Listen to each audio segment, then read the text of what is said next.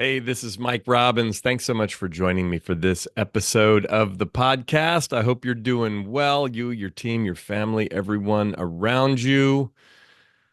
Yeah, gosh, today I want to talk about getting on the court. Now, I've probably shared this analogy before. Years ago, I took a bunch of personal growth workshops, and one of the core themes that they would often talk about is this idea of being on the court versus in the stands, right? Pretty simple analogy that made sense to me, especially as a former athlete, even though, my sport was baseball. I did play a little basketball, so you could say on the field versus in the stands, but like this idea of getting on the court and actually playing, like that's where life happens, right? That's where things happen, right? We can sit up in the stands and kind of watch the game or comment on the game, or we can get on the court and we can play. And I've always loved this analogy or this idea, but I was in the midst of an interesting week. I was at an event earlier this week with a bunch of speakers. It's a kind of a community of professional speakers, and I'm actually heading to another similar event in the next few days. So it's kind of a week of professional development for me, which I'm excited about. I love being around other people who do what I do, people at different stages of their careers, and people who have different thoughts and different ideas and different messages. It's always interesting. Although, I mean, I've been a professional speaker for this is the end of year 24 for me. So I've been doing this for quite a while. I love it still. And it's evolved and changed. And, there was no podcast back when I started. And the way that we go about um, the business is quite different than it was in 2001 when I first started doing this. Um, but at this event that I was at earlier this week, there were a couple hundred people there, and at one point, or there was a lot of coaching and feedback going on, which I really liked. But I was like, wow, some people got up and like told stories for 4 minutes and then got feedback for another 4 minutes in front of everyone. And on the one hand, I've done that or versions of that a lot in my life, although it's been a while, I have to say. And I was watching these people get up on stage, which, like, speaking for a short amount of time is really hard, even if you're a professional speaker. Speaking in front of other professional speakers and getting critiqued, really, really hard. Like, I was sitting there, like, I didn't end up getting up to do the little story workshop thing. Only a few people signed up. And anyway, as I was sitting there, I was like, gosh, that would be really interesting to get up, and I'd have to really put my ego aside and just dive in to just take the feedback and to speak in front of speakers and do it in the short format and the whole bit. But it got me thinking more about, like, that was a very vivid and visceral example of getting on the court for these people who do similar work that I do. And again, your work, your life may be very different than that. But it got me thinking both about times in my life when I've really been on the court like that and really gone for it, or really, jumped in with both feet and asked for and gotten the feedback and, fumbled around and made mistakes and figured my way through it, and other times when I haven't. And I think sometimes as we move along in life and in our careers, depending on what we do and depending on our personality and our style, sometimes it may seem like we're really on the court. And in some cases we may be, but in reality, we're not really playing fully. We're not really giving it our all. And I don't say this in some judgmental way. Again, I left this event over the last few days with a lot of ideas and a lot of insights and a lot of action steps I want to take that I'm excited about. Some I'm a little nervous about, but also seeing some gaps myself. Like, where do I hold back? Where do I play safe? Where do I just kind of do what I've always done because it's worked and I like it and there's nothing wrong with it? But if I really want to grow and change, if I really want to develop some new skills, if I really want to figure out maybe something's good, but it could be great, do I really put myself in that position to workshop something, to mastermind with other people? And as I was sitting on the plane flying home last night, I was thinking to myself, I know how to do that. I have flexed that muscle a lot in my life. I coach a lot of people to do that. People do that with me. But if I'm really honest, there's a lot of times and a lot of spaces in my life, even right now, where I don't do that, or I'm holding back for that, or I don't know exactly where to get the feedback or who to ask or what to do, or I'm not willing to put myself in the uncomfortable position to get that. And again, you may be in a different place in your life, in your career, but what does getting on the court look like for you? And more specifically, as we talk about what we can do to get on the court more, let's first talk about why we don't. What gets in the way of that? What makes it hard? I mean, look, some of it is, and I don't mean this like an excuse, like we're busy. Like I'm busy doing my thing and living my life and trying to, support our family and just like life is happening pretty quickly in my world. Maybe you can relate to that. There's a lot going on for a lot of us. And it does seem to me just collectively, here we are, like as I'm recording this, it's been almost 5 years since the pandemic started. And I know that was now quite a while ago, thankfully. But it just seems like the amount of chaos, the amount of uncertainty, the amount of change, the amount of stress that most of us are dealing with, it seems to have increased quite a bit over the last 5 years. And yes, I would acknowledge like life seems a bit better collectively for me personally and for most of us than it was, I don't know, 4.5 years ago, right? When we were all locked down and, you know, the early days of the pandemic. But I don't know that whatever sense of normal we were searching for as we were stuck in that phase of life has returned. And I'm not sure if it's going to specifically. Um, and it seems like there's a cumulative element of stress that most people I talk to, both friends and family, I'm not talking to them personally, or a lot of the people and leaders and teams that I work with, just, you know, tired, weary, struggling to some degree. Again, it's gone in different cycles and phases and probably not as intense, even as like 2 years ago, as we were kind of coming out of the pandemic, but still like I was just on a Zoom call right before I recorded this, and I was talking to some leaders about what's going on in their organization. And they were just like, people seem to be dealing with a lot, like at work, yes, and all the change and uncertainty and disruption and everything, and AI and what's coming next. And, and then we were even talking about politically, socially, economically, like all that. But just like people seem like they have a lot going on with kids and parents and life. And that I don't think that's unique to these people I was talking to in their organization. That seems to be pretty universal. Maybe it's just that we're talking about it more and we're more open about it. We share about it. We don't compartmentalize as much as we used to. But so one of the reasons that we don't get on the court is just life is full and busy and there's a lot happening. Again, not like an excuse, just a reality. Another reason we don't get on the court is because it's scary down there. You can fail. You can, you know, be embarrassed or humiliated. You can take a swing and miss.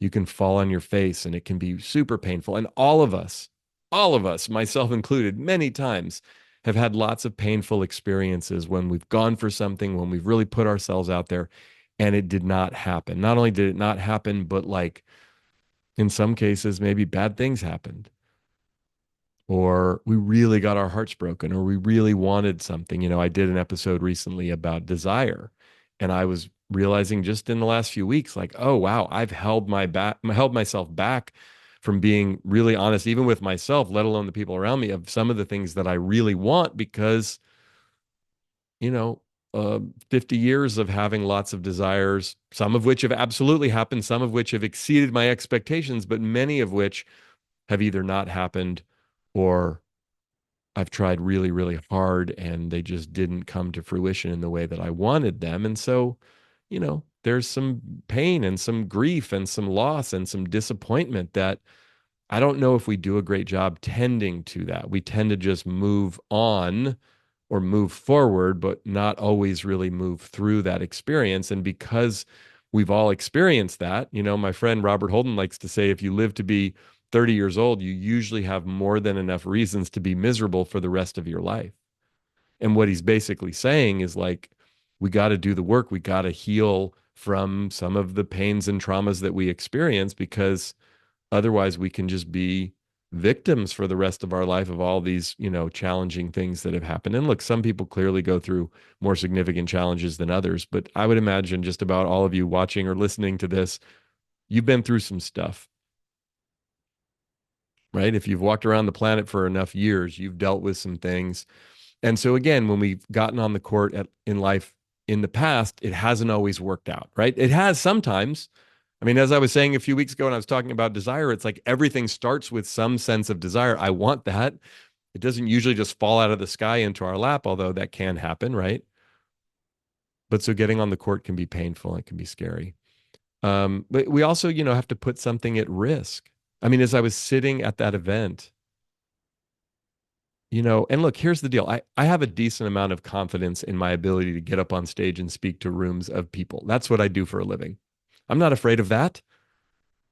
It's not like I never get feedback. I mean, people say things mostly positive, but sometimes I get some critical feedback. So every time I stand up to speak, every time I record a podcast episode, I mean, you're not usually going to send me a nasty email or post something, negative. If you hate this, you probably have stopped listening by now, or you're not even interested in me and my work if you hate what I'm doing and saying. But like, Rosie, our younger daughter, came down the other night and she goes, "Hey, Dad, I've been reading all your 1-star reviews on Amazon." And I was like, "Really? Why?" She goes, "I don't know. I was just bored." And then she said, "Well, they all have a similar theme." And I was like, "What's that?" And she goes, "Well, they basically say that you're too self-absorbed and you talk about yourself too much." I think she was reading one of my books, Nothing Changes Until You Do, is a series of short essays. And there are lots of personal stories that I share. I mean, I share a lot of personal stories in all my books, but that one in particular. And that one actually has the most reviews overall, and it has the most 1-star reviews of, because it just has the most volume. And she is right when she said that. Like, a lot of people were like, "Gosh, this is like a memoir. I thought it was a self-help book. I'm tired of hearing about this guy and his life." That was what the people said who didn't like it and who felt compelled enough to write negative reviews. I personally love that book. It's my favorite of my 5. And not to say that I don't love all of them, but like that one felt most authentically me. And it was just a series of stories and ideas and pieces of thoughts and wisdom and suggestions that I had. But hearing Rosie say that, I was thinking, oh, yeah, I have read all those 1-star reviews on that book and all of my books, by the way. But when we put ourselves out there, not just writing a book, which is a big thing to do, but anytime we post something or share something, both out into the world on the internet or just at a meeting or with family or with friends or whatever, there is the possibility that people won't like it or people will have reactions to it, right? And so again, when I was sitting in that room, not getting on stage to tell my 4-minute story and then get some feedback, from a few coaches in front of everybody, I was like, wow, I would have to put something at risk to go up there, right? I would have to put aside the fact that, like, I think I'm pretty good at this. I've been doing this for a long time. I've gotten lots of positive feedback for it over the course of my life and doing it. But in that moment, it would really be about, can I show up fully and engage in that experience? And then can I listen to what the feedback might be in an effort to make me better, to learn something, to see something, to know something that maybe I don't currently know, right? It's the Wayne Gretzky quote that we miss 100% of the shots that we don't take. Or the thing that I say all the time is the answer is always no if we don't ask. That's putting ourselves on the court. Look, it sometimes is asking for a favor or for a ride or making a request of someone at work or someone at home, wanting whatever it is. Can you help me with this? Could we get together? Can I talk to you about this? And sometimes people are going to say no.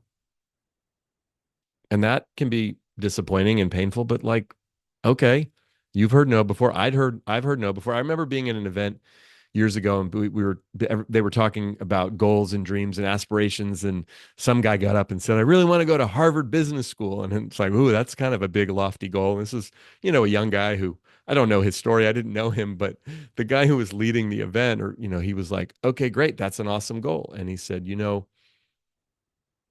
how do you think you'll be if that doesn't happen? And the young guy was like, well, I don't know. He said all these things. And the guy was like, I think you'll be okay if it doesn't happen. And it seemed kind of like a weird piece of feedback. He's like, you know why I think you'll be okay if it doesn't happen? Because you're okay right now and it hasn't happened. Like, I'm not saying don't go for it. I'm not saying don't have that as a goal and an aspiration. Like, hey, apply to Harvard Business School. See if you can get in. If you go, have a great time. More power to you. But if you apply and you don't get in, yeah, that might be a bummer, but you'll probably be okay because you know what? You've never had that happen anyway. And that's the thing again about desire. It's like just because you desire it and it doesn't happen, we don't have to take that as like a criticism of us or that it's the worst failure in the world. It's like, okay, I wanted it, it didn't happen. I can still want it if it's still possible or it's still a want. Look, I wanted to pitch in the major leagues. That didn't happen for me. I spent 18 of the first 25 years of my life trying to get to the big leagues. I got close, right? I was in the Royals minor league system, working my way up, trying to get to the big leagues, but I got hurt and it was over. Series of surgeries, tried to come back, wasn't able to come back physically. And, for a number of years when I was younger, I still would have the thought or I'd have the dream. I'd wake up, usually once a year around spring training time in February, late February, early March. I will have that dream. I actually had a version of it the other night of like, I'm trying to get to the ballpark. I can't get there. I don't have my glove. I don't have my spikes. It's some weird, right? But it's like, but I used to wake up when I was in my 20s and 30s. I would wake up with this like, maybe there's a scenario in which magically my arm would start feeling better and I go back to baseball, right? There was that movie about the true story of the guy whose name is escaping me. Dennis Quaid played him, but he had given up on his dream and hurt his arm, and he was coaching high school baseball and raising kids, and you know he could throw like 97 miles an hour, and he made it back to the big league or to the big leagues for the first time, and he was like in his mid to late 30s. It's an incredible story, right? But I would have that thought and like really think about it. I mean, I'm 50 now. Even if I woke up tomorrow morning and magically my arm felt awesome and I could get back on the mound and I felt great, like I'm not pitching in the big leagues. There's no 50-year-old dudes who haven't played baseball in 25 years in the major leagues right now. Like that's not a thing anymore, right? And that does happen in life. There are certain things that it's like I wanted that when I was younger. It's no longer possible. However, a lot of things remain possible until we just decide I'm not going to go for it anymore. I don't want it anymore. And that's fine. But what if we had more freedom to desire? And again, what if we just thought about where can I get on the court and play? Again, another big fear that we have is we're going to fail. We're going to get super disappointed. We're going to embarrass ourselves. And one story that I have, and I may have shared this here on the show before, but I was on the varsity basketball team at Skyline High School my junior year. I wasn't great at basketball. I was pretty good. I mean, I was good enough to make the varsity team at our high school. Our high school was a really good sports school at that time. We had a lot of good athletes. The basketball program they lost in the state championship 2 years before that. They lost in the Northern California championship when I was a sophomore. I was on the JV team that year and had a pretty good year. Then I made the varsity team. And our coach, Don Lippy, who I just loved and adored back then, still connected with Don these days. One of, if not the best coach I ever had. Such a good guy, super passionate. And he was very passionate about effort, playing full out. And we had this system where we fast break, full court press the whole time. And so it was like two guys at every position. You'd go in for a couple of minutes. You'd run up and down the court as fast as you could. It was a very frenetic pace. There was a program at Loyola Marymount at the time where that's how they played. And this was kind of the style that Coach Lippy played in the early 90s. And it was fun because we all got to play. But one of the things that would happen in that fast, frenetic pace is sometimes, you'd turn the ball over, the other team would steal it. And because we're running up and down the court, you're exhausted. And so sometimes the other team would get like a breakaway layup. And Coach Lippy used to get really mad at us, not for turning the ball over necessarily, although he didn't love that, but if we didn't get back on defense, right? So we turned the ball over and the other team just went down for a layup. He would take you out of the game if you didn't sprint back to try to at least defend the play. And he would, because his whole thing was like, look, you can control your effort. You can't always control the skill or the outcome, but you can control your effort.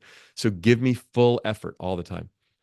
So we're playing against Oakland Tech High School, one of our rivals, six high schools in Oakland, full gym. It's a close game.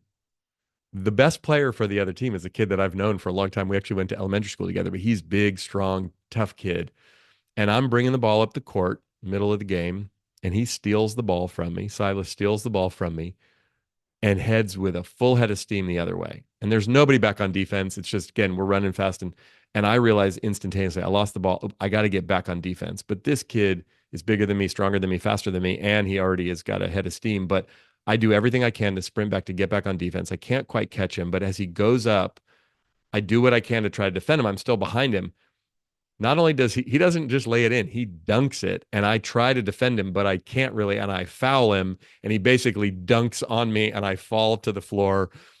And it's like a huge moment. The gym erupts. Everyone's going crazy. We're in their gym, right?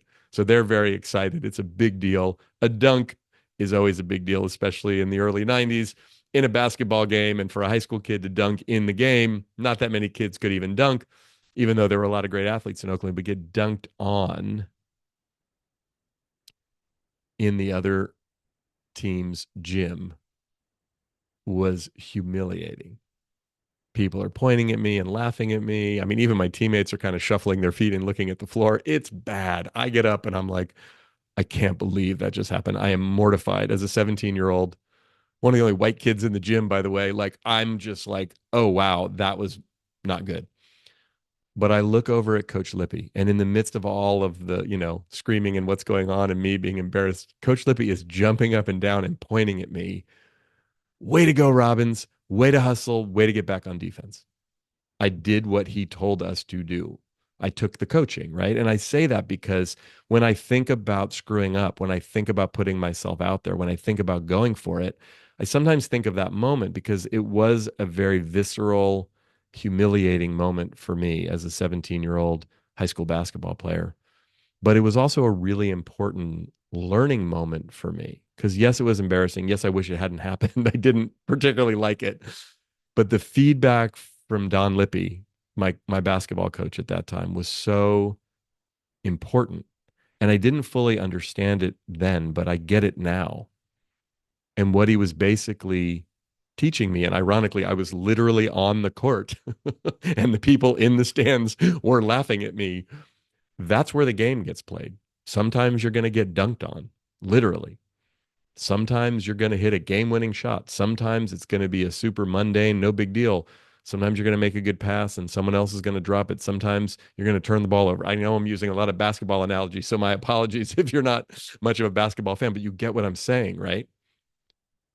So let's think about this in our lives and with our work. What can you do? What can I do? What can we do to get on the court? The first thing is important for us to do is to remember, like, that's where life actually happens. On the court, on the field, in our real lives, at our real jobs, in conversation with other human beings. That's life. That's where it is. And look, we're not always going to be on the court. Like, sometimes you got to sleep. Sometimes you got to rest. A lot of the time, we are going to be in the stands reflecting on and planning for what's the best move. But like, life is more exciting and more interesting when we're actually down there playing. And I also think we got to ask, like, what court do I want to be on? Sometimes we're not even playing on the court we really want to be on for a whole bunch of reasons. So remembering that that's where life happens, that's where things really take place. And then secondly, identifying, am I on the right court or in at least in the right arena? Maybe yes, maybe no. And again, no judgment, but just awareness. Thirdly, am I willing to risk looking good, knowing everything, having the right answer, having it together, having everyone like me, all the things? Like, can I put that at risk? Because that's what it's going to take. The courage it's going to take is to put that at risk. Might I look bad? Yes. Might I fail? Yes. And you're going to, especially at first. Look, if you really get in the arena, as Brene Brown talks about with that great Teddy Roosevelt quote, you are going to get your ass kicked sometimes. That's what happens in the arena. And not like in a mean, destructive, violent kind of way, but like that's what's going to happen. You are going to make mistakes. You are going to fall down. You are going to get judged and ridiculed at times. Even with spot on, really effective feedback, it's going to not feel good. It's going to be uncomfortable. But am I willing to put that at risk and get myself down there and play? Another thing we can do is make sure we're playing with the people we really want to be playing with. I know sometimes we can't always control that family, community, work. It's like you can't pick everybody that you work with or live with. It's just like, but can we have some discernment where, when, and where, and with whom we make ourselves vulnerable? Look, vulnerability is powerful, and I've talked about it and written about it for years, but it's also not everybody has earned the right to really be on the receiving end of our vulnerability. So we got to be discerning about it as well. And then the final thing for us to remember is in this regard is just like, something I've said here on the show so many times. If you've listened to the show any episodes before this, you've probably heard me say it because I say it probably once every 3 or 4 episodes. But it's like the thing that I was told years ago by my mentor. He said, Mike, you're living your life as though you're trying to survive it. And I said, yeah. So he said, you have to remember something really important. I said, what's that? He said, nobody ever has. So, like, we're not going to ultimately survive this thing called life. But look, I don't know when it's going to end for me or for you. I hope it's a long time from now and we all get to live as long and healthy and happy as lives as possible. But I do know at the end of it all, we're probably not going to regret getting on the court. In fact, I would imagine most of the regrets will be, I wish I would have gotten on the court more often and really put myself out there. So, what does that look like for you right now, today, as you're listening to this, whenever it is? I'm recording this towards the end of the year, but it might be whenever it is. I often start to think about this at this time of year, especially as we're moving in through the holidays and getting to the start of the year with goals and aspirations and intentions and all that stuff. But whenever you happen to be listening to this or watching this, like, where can you put yourself on the court in healthy ways, in safe ways, in productive ways, consciously choosing to make yourself vulnerable, consciously choosing to put yourself out there to put some things at risk in service of your growth, in service of your development, in service of your fulfillment, in service of your desire to have impact on other humans, in service of being the best version of yourself you can possibly be. Right? Those people who got on stage and told those 4-minute stories and got feedback, it was incredibly brave of them. And they were all quite impressive, by the way, just getting up to do it, not to mention most of them did a really good job, but they all got feedback that they could take and use to be better at telling stories, which is what we were all there to do as professional speakers. Whatever it is for you, where is it you want to get better? Where is it you want to have more impact? Where is it you want to expand your capacity? And how can you put yourself on the court and really play so that that becomes possible? Thanks for watching or listening, whether it's on YouTube or on your favorite podcast app or platform. Feel free to rate, review, subscribe, all the things that we love when you do.